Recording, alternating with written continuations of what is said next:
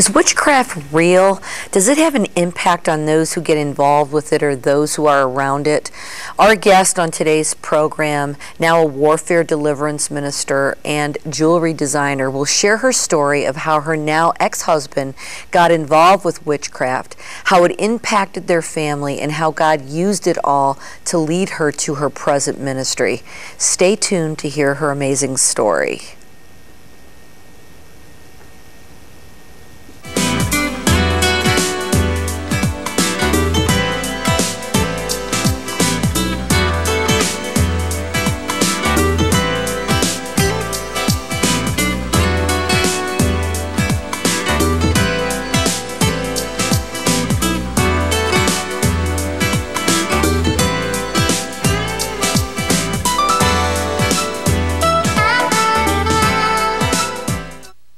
I really like this program because I don't know about you, but I love jewelry. And right now in front of me on this table, there is a major selection of jewelry. And I know that Jennifer has not even put it all out yet, but she has some amazing bracelets and earrings and kind of sets, right? A necklace and bracelet and earring sets and a beautiful crown. And she's going to talk with us more about this jewelry and where she's located in the city. And with me is Jennifer Achille, right? Yes. I said that right. All right. So I'm so excited to have you on the program. You're also adorned with all kinds of beautiful jewelry as well. And I'm looking forward to hearing all about you. You are somebody who talks about warfare and deliverance ministry, and but also someone who's a businesswoman. So it's interesting to see how these two things kind of work together. So Jennifer, why don't you tell us your personal story? Okay. First of all, I want to thank you for inviting me on the show. It's Absolutely. my pleasure to be here. I was born in Chicago, grew up in Norridge, Illinois, and I got saved at 9 years old. I went to an all-girls Catholic high school, and that's where I began to fall in love with the scriptures, and I started reading the scriptures in high school. I actually had a teacher, a religion teacher who was a Christian at the time and who was teaching us about Christianity. Then I married at 20 years old and had 2 boys and raised them. I was a stay-home mom, and I raised them, Joey and Daniel.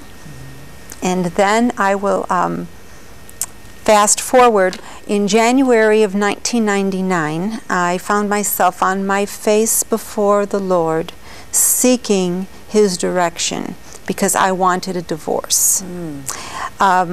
I recommitted my life back to the Lord 1 year after I got married at 21 years old. But I was not allowed to go to church. I was not allowed to frequent with more than just 1 or 2 Christian friends. It was a very restricted environment. And you're talking at this time you were married. At the time that I was married. This was your husband that was kind of restricting my you? My ex-husband, right. Okay. I was not allowed to go to a Christian church. It was just very restricted.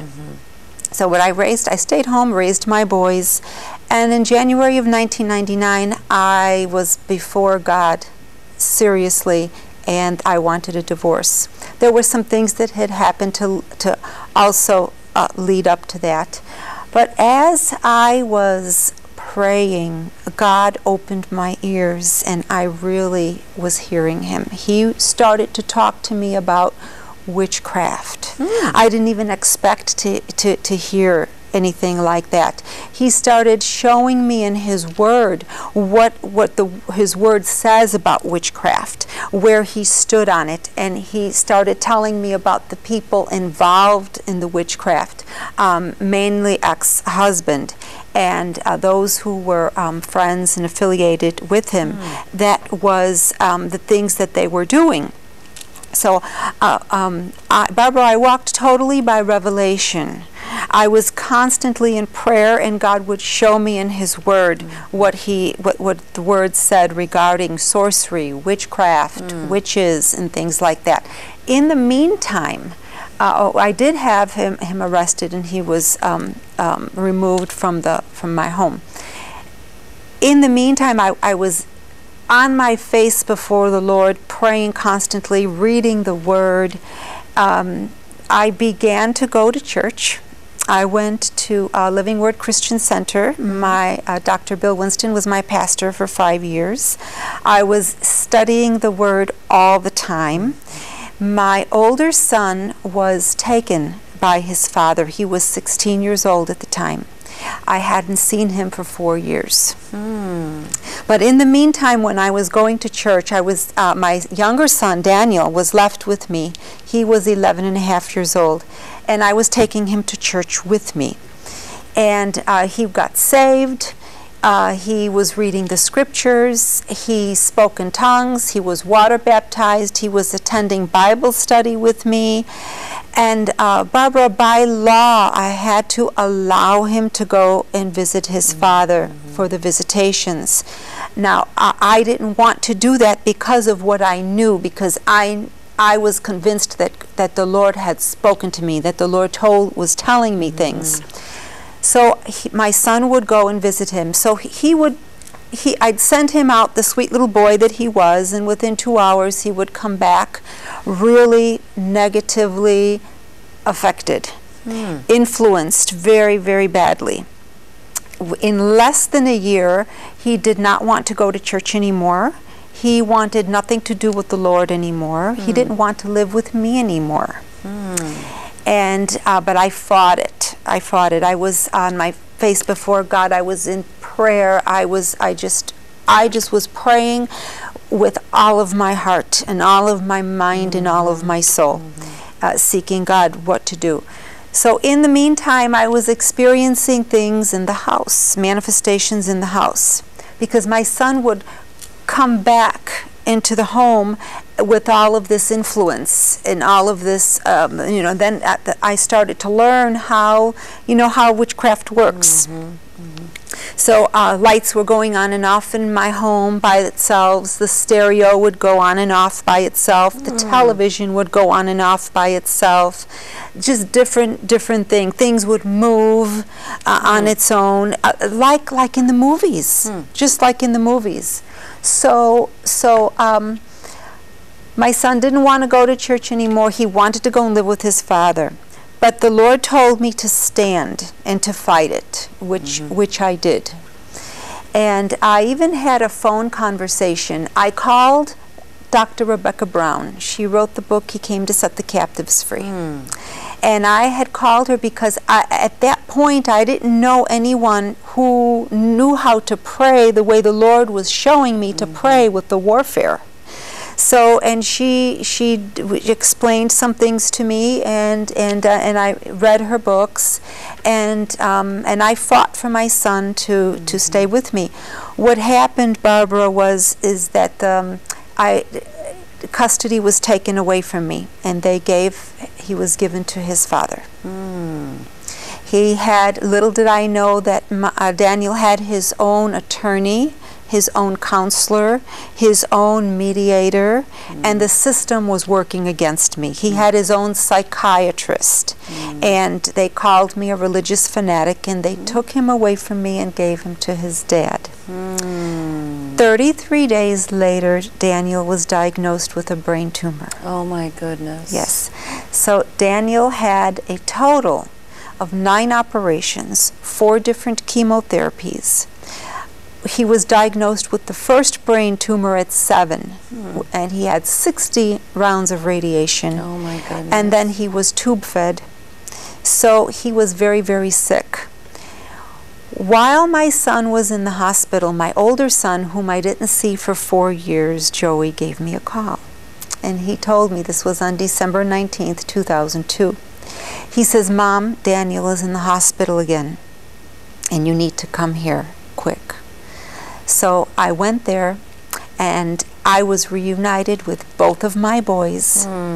My younger son said, "Mommy, will you please forgive me? I used all those people as weapons against you, and I knew it was wrong."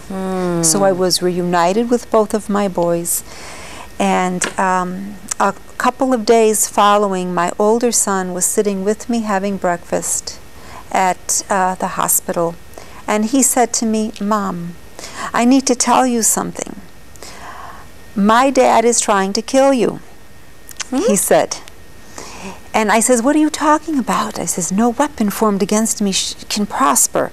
He says, "No, Mom." He says, "There is a box. I know there is a box." I says, I didn't know what he was talking about this box. See, because he told me that when he was 17, he found a shoebox hidden. And in the shoebox was all of this occult paraphernalia. So he said that he knew that there was a box. So that night, with his then girlfriend, he went into his father's business while his father was at the hospital. And he did evenings, nights at the hospital, and I did days, because Daniel was very sick.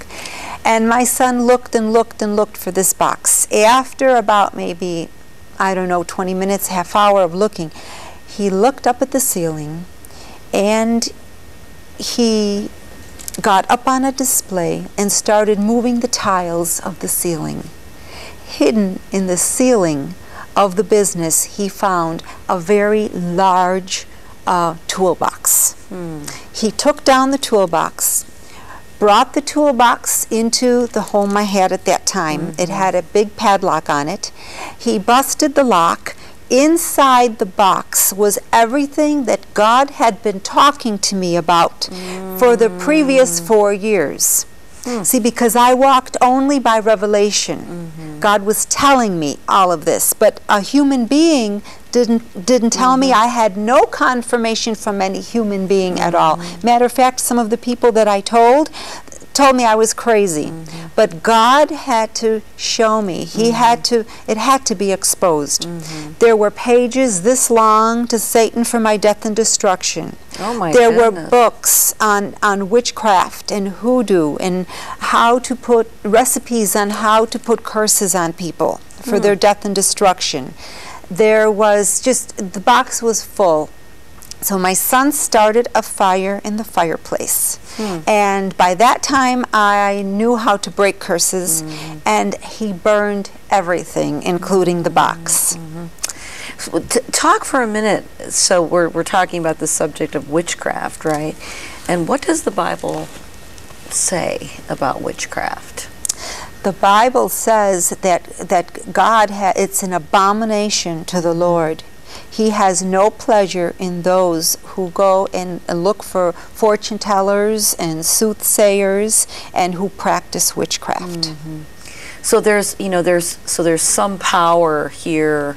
There's some limited power that the enemy has. Yes, and it is there real. is a spiritual force that is so there's a dark world out there. Absolutely. That people may dabble in. And they open doors when yes. they do. Yeah, and Scripture says we don't wrestle against flesh or blood. That's right. That's right. But against principalities and and powers of darkness and That's right. wickedness in high places. And, that's correct. Yeah. So he burned all of He this. burned it all. I broke the curses. And the following day we went back to the hospital, and he was not a happy camper because it was found out. It was brought out into the open. So I took Daniel home with me, and Daniel was very sick, and Daniel was getting worse and worse instead of better. But up until this time, I was declaring and decreeing that he was going to live and not die, that he was going to be healed, and because I didn't go by what I saw. Okay, I know how to walk by faith. God taught me how to walk by faith. So 4 months before, it was about a few months passed, and I was before the Lord. I was in prayer, and I asked the Lord, I felt this shift in my heart, Barbara, and I asked the Lord, are you going to take Daniel home? And I heard the Lord say yes. And all I said was, Lord, why? And he told me, he said, because of what lies ahead, a strong pull of the occult that will pull him in, and the choice will be his. So I'm taking my son home now.